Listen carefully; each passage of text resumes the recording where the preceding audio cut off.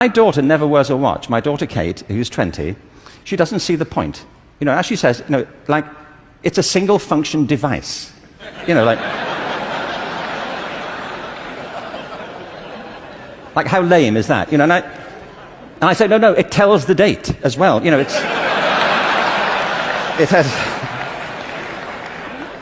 has multiple functions. But you see, there are things we're enthralled to in education. Let me give you a couple of examples. One of them is the idea of linearity.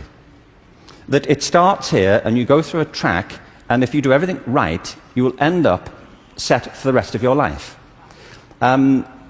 Everybody who's spoken at TED has told us implicitly or sometimes explicitly a different story. That life is not linear, it's organic. We create our lives symbiotically as we explore our talents in relation to the circumstances they help to create for us. But you know, we have become obsessed with this linear narrative, and probably the pinnacle for education is getting you to college. I think we are obsessed with getting people to college.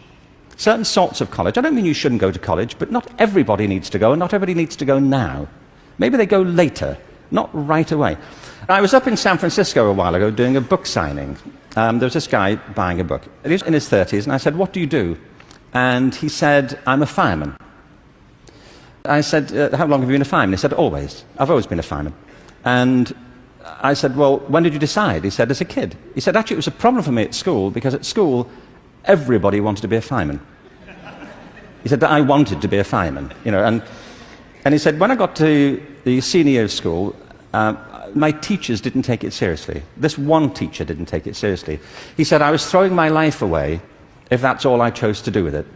That I should go to college, I should become a professional person, I had great potential, and I was wasting my talent to do that.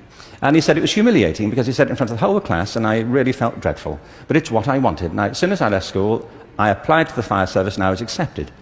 And he said, you know, I was thinking about that guy recently, just a few minutes ago when you were speaking about this teacher. He said, because 6 months ago, I saved his life. He said he was in a car wreck, and I pulled him out, gave him CPR, and I saved his wife's life as well. He said, I think he thinks better of me now.